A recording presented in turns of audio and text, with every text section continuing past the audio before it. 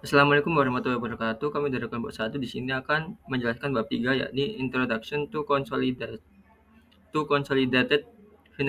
Financial Statement. Di sini sebelum memasuki materi, kami akan memperkenalkan uh, anggota kelompok. Yang pertama ada Bening Novita dengan NPM 2101 301 0167. Lalu ada Rizky Kusuma dengan 2301 301 0188, Anika Triaji 2301 301 0184, Azarin Maharani 2301 301 0353, dan Ahmad Rizal 2301 301 0172.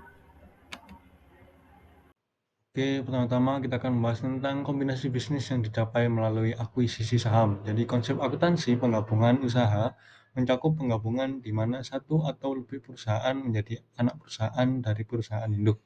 Sebuah perusahaan menjadi anak perusahaan ketika perusahaan lain memperoleh kepentingan pengendali dalam saham yang beredar. Biasanya satu perusahaan memperoleh kendali atas perusahaan lain secara langsung dengan memperoleh mayoritas lebih dari 50% dari saham. Seorang investor juga dapat memperoleh kendali melalui kepemilikan saham tidak langsung. Kemudian ada entitas pelapor. Jadi akuisisi membawa dua perusahaan yang sebelumnya terpisah di bawah kendali satu tim manajemen. Meskipun kedua perusahaan tersebut tetap beroperasi sebagai badan hukum yang terpisah.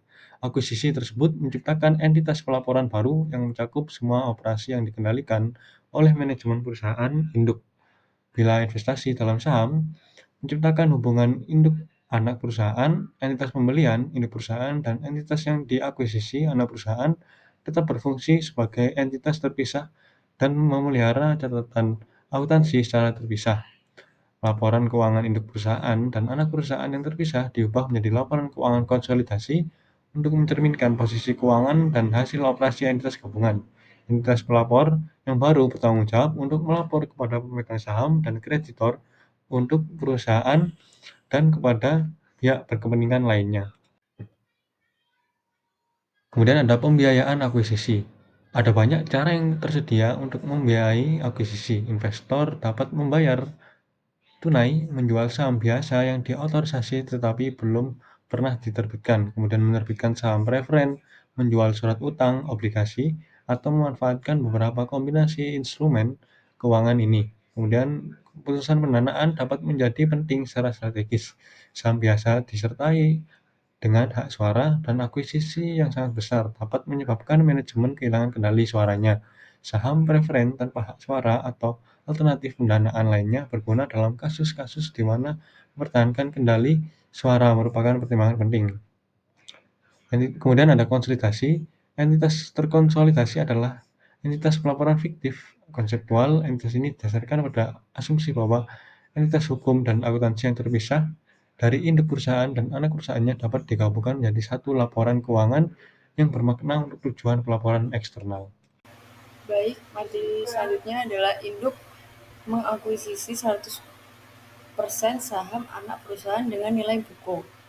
Lampiran 3.2 menunjukkan perbedaan mendasar antara neraca perusahaan terpisah dan neraca gabungan. Pop Corporation mengakuisisi 100% Sun Corporation pada nilai buku dan nilai wajar ya sebesar 80.000 US dollar dalam akuisisi pada tanggal 1 Januari 2016. Laporan 3.2 menunjukkan neraca yang disiapkan segera setelah investasi. Investasi di SON milik Pop muncul di neraca terpisah Pop, tetapi berikut tampilan neraca terpisah.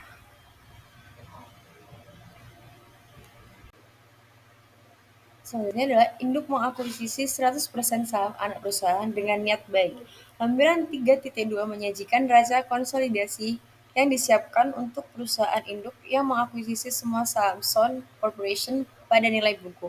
Sebaliknya, jika Pop mengakuisisi semua saham Sun seharga 100.000 US dollar, akan ada kelebihan biaya investasi sebesar 20.000 US dollar atas nilai buku yang diperoleh. 20.000 US dollar muncul dalam neraca konsolidasi pada saat akuisisi sebagai aset sebesar 20.000 US dollar. Kita hanya memerlukan satu entry kertas kerja untuk mengkonsolidasikan neraca Pop and Son pada saat akuisisi. Luangkan waktu beberapa menit untuk meninjau format kertas kerja dalam lampiran 3.3. Dan berikut laporan neraca konsolidasi perusahaan POP dan anak perusahaan pada 1 Januari 2026.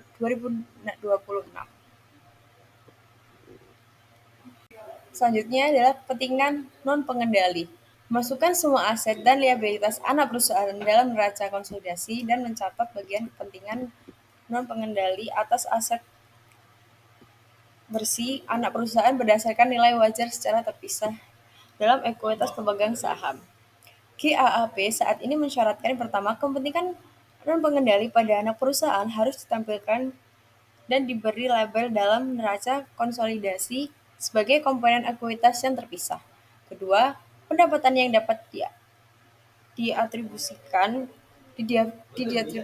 kepada kepentingan non-pengendali bukan merupakan beban atau kerugian, melainkan pengurangan dari laba bersih konsolidasi untuk menghitung pendapatan yang dapat didistribusikan kepada kepentingan pengendali. Baik, selanjutnya masuk ke dalam neraca setelah 1 tahun. Di sini disajikan contoh di mana terdapat perusahaan POP dan perusahaan SON, neracanya perusahaan POP dan perusahaan SON, di mana si perusahaan POP ini ia mengakuisisi perusahaan SON 1 tahun yang lalu. Jadi yang disajikan di sini adalah neraca 1 tahun setelah akuisisi terhadap perusahaan SON. Di sini bisa dilihat share-nya itu ada perubahan di investment in SON menjadi 108. Untuk penjelasan mengapa berubah menjadi 108 dan ada perubahan juga di account payable. Kedua perubahan ini akan dijelaskan di slide selanjutnya. Baik, di sini menjelaskan mengapa tadi terdapat perubahan di 108 dan di account payable dan di investment pada SON.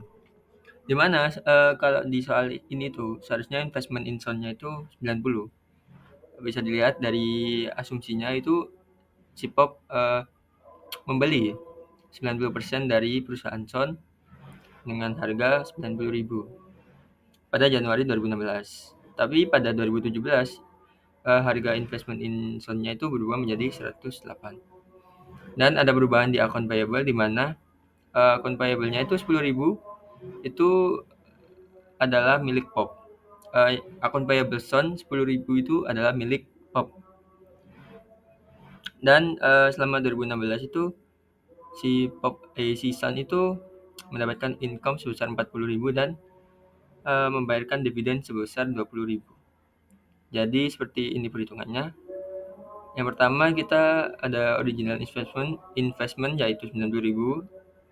Lalu dari original investment itu kita tambahkan 90% dikali dengan income pada 2016 sehingga 90% dikali dengan income-nya 40.000 menjadi 36.000. Lalu kita kurangi dengan pembayaran dividen sebesar 20.000 dikalikan dengan 90% kepemilikan kita sehingga dikurangi 18.000. Maka jadi 108.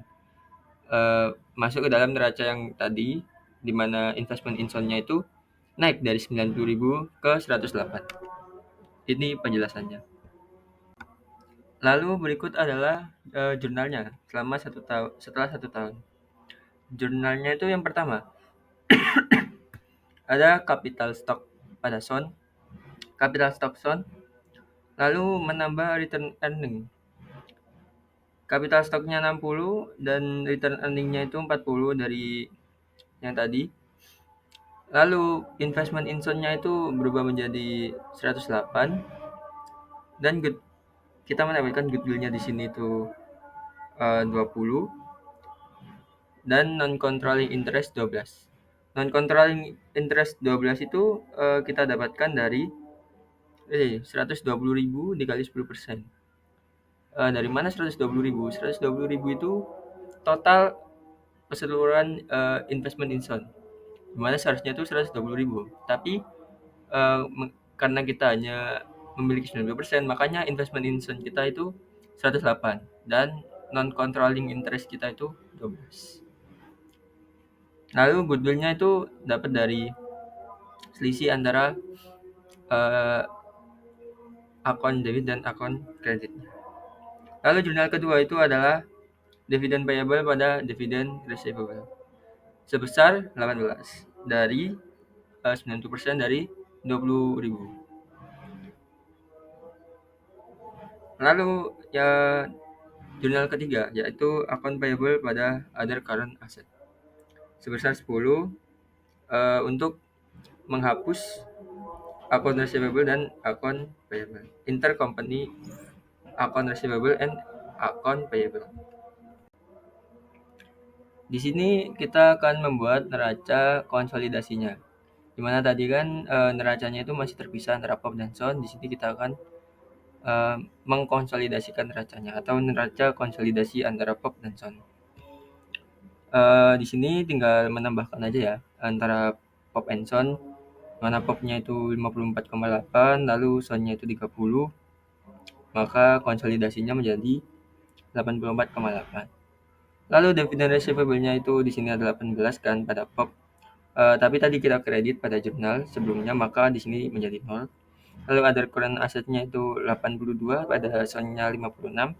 Lalu tadi kita kreditkan juga pada jurnal sebelumnya 10, maka menjadi 128. Lalu plan asset pada POP-nya 150 dan pada SON-nya 90, maka pada konsolidasinya itu jadi 240. Lalu ada akumulasi depresiasi. Akumulasi depresiasinya tinggal ditambah menjadi 56. Lalu menambahkan di sini ada di neracanya itu investment inson dan juga goodwill. Dimana kalau investment insonnya itu tadi kan ada di POP. Lalu kita kreditkan tadi kan pada jurnal sebelumnya, maka menjadi 0. Lalu goodwill-nya kita tambahkan menjadi 20. Lalu pada liabilitas dan ekuitas sama kita tambahkan, kalau ada yang di debit kita tambah, kalau ada yang di kredit kita kurang.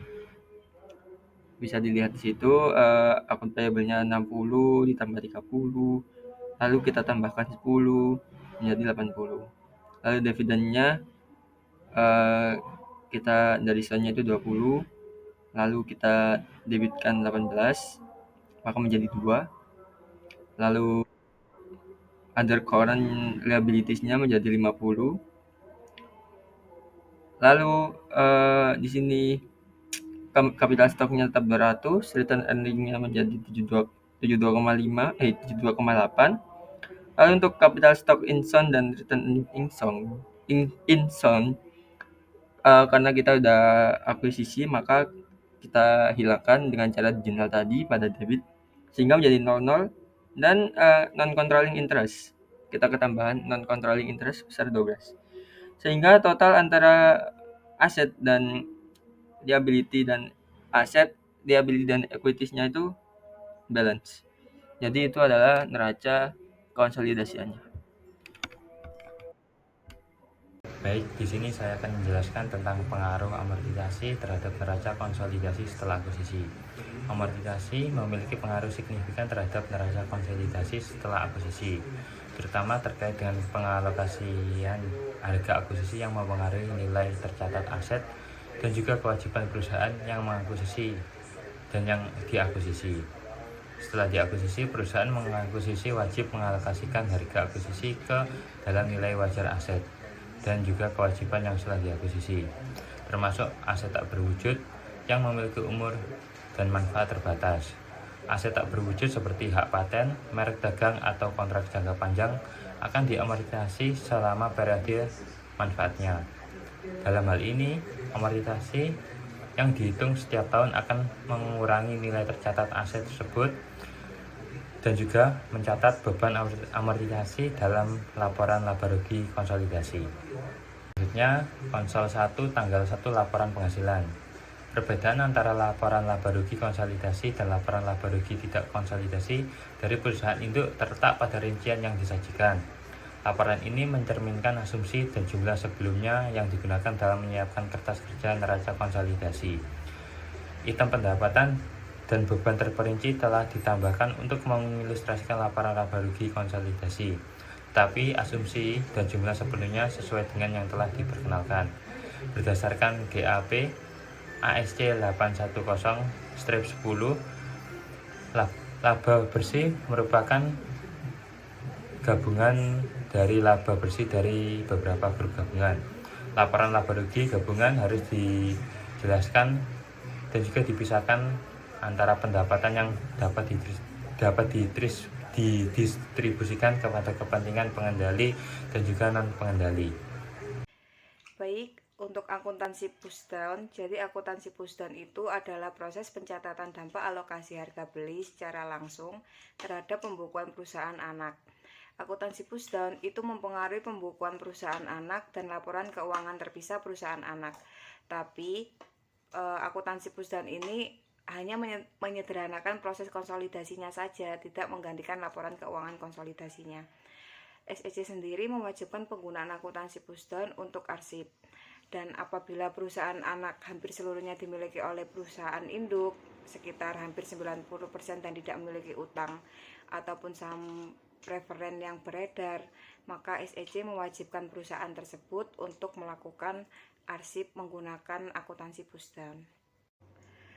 Kemudian ada proses pencatatan akuntansi pushdown. Jadi ketika sebuah perusahaan itu membeli perusahaan yang lain, pertanyaan yang muncul adalah tentang bagaimana mereka menilai aset dan kewajiban perusahaan yang telah diambil alih. Jadi dalam akuntansi pushdown, aset dan kewajiban perusahaan target itu ditulis ke atas atau ke bawah untuk mencerminkan harga pembelian. Menurut Dewan Standar Akuntansi Keuangan ES Amerika Serikat, jumlah total yang dibayarkan untuk membeli target menjadi nilai buku baru target pada laporan keuangannya. Keuntungan dan kerugian yang terkait dengan nilai buku baru didorong ke bawah dari pihak pengakuisisi ke laporan laba rugi dan neraca perusahaan yang diakuisisi. Jika harga pembelian melebihi nilai wajar, kelebihan tersebut diakui sebagai goodwill dan aset tidak berwujud. Dalam akuntansi pushdown, biaya yang dikeluarkan untuk mengakuisisi perusahaan muncul di laporan keuangan terpisah dari target, bukan di pihak pengakuisisi. Terkadang membantu untuk memikirkan akuntansi pushdown sebagai perusahaan baru yang dibuat menggunakan dana pinjaman. Jadi hutang dan aset yang diperoleh dicatat sebagai bagian dari anak perusahaan yang baru. Kemudian ada langkah-langkah untuk menyiapkan lembar kerja neraca konsolidasi. Jadi lembar kerja neraca konsolidasi ini digunakan untuk menggabungkan laporan keuangan perusahaan induk dan perusahaan anak menjadi satu laporan keuangan konsolidasi yang mencerminkan posisi keuangan grup perusahaan secara keseluruhan. Berikut adalah langkah-langkah dalam menyiapkan lembar kerja neraca konsolidasi. Yang pertama ada mengumpulkan laporan keuangan perusahaan induk dan anak dengan cara mengambil laporan posisi keuangan atau neraca perusahaan induk dan anak sebelum konsolidasi. Kemudian memastikan laporan keuangan telah disusun sesuai dengan standar akuntansi yang berlaku. Yang kedua ada buat format lembar kerja konsolidasi. Jadi untuk membuat format lembar kerja konsolidasi ini kita perlu menyiapkan lembar kerja dalam bentuk tabel seperti yang berisi tentang neraca sebelum konsolidasi induk dan anak, eliminasi antar perusahaan, dan neraca setelah konsolidasi. Yang ketiga ada melakukan eliminasi saldo investasi di perusahaan anak. Jadi eliminasi akun investasi induk di anak itu dilakukan jika perusahaan induk memiliki saham di perusahaan anak. Akun investasi pada anak di neraca induk harus dihapuskan terhadap ekuitas perusahaan anak yang sesuai. Yang keempat, ada eliminasi transaksi dan saldo antar perusahaan. Jika ada transaksi antar perusahaan, misalnya kayak utang piutang antara induk dan anak, itu harus dieliminasi agar tidak terjadi penggandaan angka dalam laporan konsolidasi. Kemudian ada langkah-langkah untuk menyiapkan lembar kerja neraca konsolidasi. Jadi lembar kerja neraca konsolidasi ini digunakan untuk menggabungkan laporan keuangan perusahaan induk dan perusahaan anak menjadi satu laporan keuangan konsolidasi yang mencerminkan posisi keuangan grup perusahaan secara keseluruhan. Berikut adalah langkah-langkah dalam menyiapkan lembar kerja neraca konsolidasi. Yang pertama ada mengumpulkan laporan keuangan perusahaan induk dan anak dengan cara mengambil laporan posisi keuangan atau neraca perusahaan induk dan anak sebelum konsolidasi. Kemudian memastikan laporan keuangan telah disusun sesuai dengan standar akuntansi yang berlaku. Yang kedua ada buat format lembar kerja konsolidasi. Jadi untuk membuat format lembar kerja konsolidasi ini kita perlu menyiapkan lembar kerja dalam bentuk tabel seperti yang berisi tentang neraca sebelum konsolidasi induk dan anak, eliminasi antar perusahaan, dan neraca setelah konsolidasi. Yang ketiga ada melakukan eliminasi saldo investasi di perusahaan anak. Jadi eliminasi akun investasi induk di anak itu dilakukan jika perusahaan induk memiliki saham di perusahaan anak. Akun investasi pada anak di neraca induk harus dihapuskan terhadap ekuitas perusahaan anak yang sesuai. Yang keempat, ada eliminasi transaksi dan saldo antar perusahaan. Jika ada transaksi antar perusahaan, misalnya kayak utang piutang antara induk dan anak, itu harus dieliminasi agar tidak terjadi penggandaan angka dalam laporan konsolidasi. Kemudian ada eliminasi laba atau rugi antar perusahaan. Jadi jika ada transaksi penjualan antar perusahaan dalam grup yang belum terrealisasi, misalnya kayak barangnya masih ada di persediaan, itu laba yang belum direalisasi harus dieliminasi. Untuk selanjutnya ada penyusunan neraca konsolidasi. Jadi setelah semua eliminasi itu dilakukan, kita harus menjumlahkan seluruh akun dalam neraca induk dan anak setelah eliminasi untuk mendapatkan neraca konsolidasi akhir. Jadi harus dipastikan bahwa aset itu merupakan hasil dari kewajiban ditambah ekuitas setelah konsolidasi. Kemudian yang terakhir ada review dan finalisasi. Jadi kita harus memeriksa kembali apakah ada kesalahan dalam eliminasi. Kita juga harus memastikan tidak ada saldo antar perusahaan yang masih muncul dalam laporan konsolidasi, serta harus memastikan perhitungan goodwill atau kepentingan non pengendali jika ada itu sudah benar atau belum.